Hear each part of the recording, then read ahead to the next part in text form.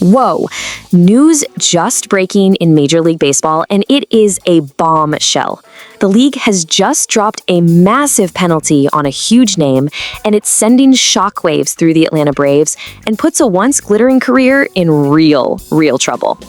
162. Just let that number sink in for a second.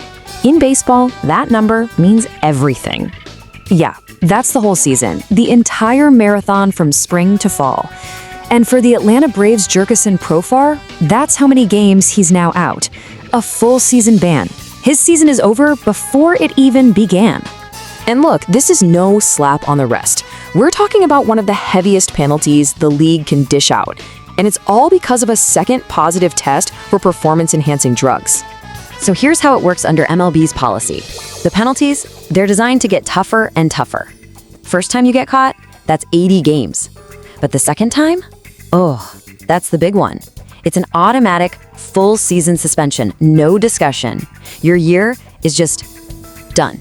But, it's not just about missing the games on the field. The consequences here for Profar personally, they are absolutely devastating. $15 million. That's not just some fine. That is Profar's entire salary for the 2026 season. Poof, gone. Forfeited as part of the penalty.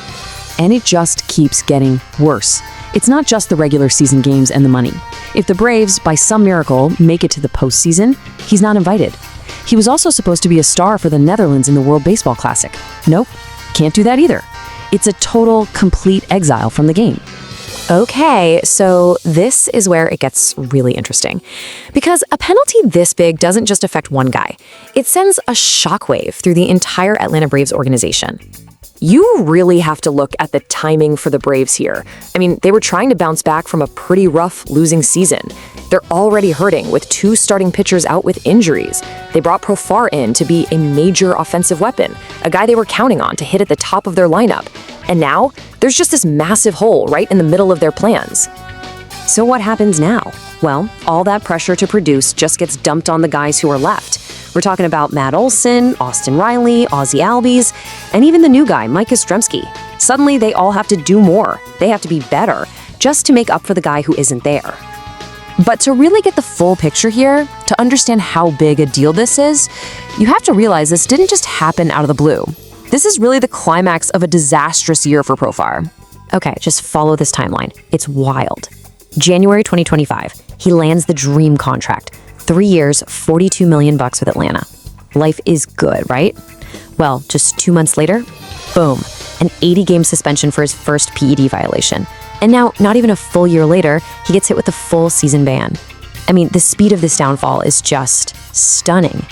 And this is what makes it so tough to swallow. After that first suspension, Profar put out a statement. He said, and I quote, "It is because of my deep love and respect for this game that I would never knowingly do anything to cheat it." So, where does this leave him? What does this all mean for a guy who was once, and this is not an exaggeration, supposed to be the future of baseball? I mean, this contrast is just jarring. This wasn't just some random player. Jurickson Profar was the #1 prospect in all of baseball, made his debut as a teenager. Now, his name is going in the record books for a totally different and infamous reason.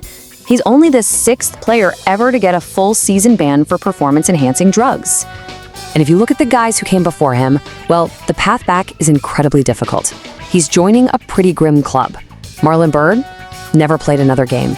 Robinson Cano, his career basically just faded away.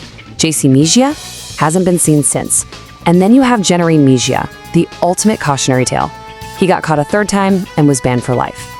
The history here is not good. So that's the question we're left with. From the top of the mountain, the #1 prospect in the world, to a full year in exile. What happens next for Jurickson Profar? After all this, can a career, a legacy like this ever really be saved?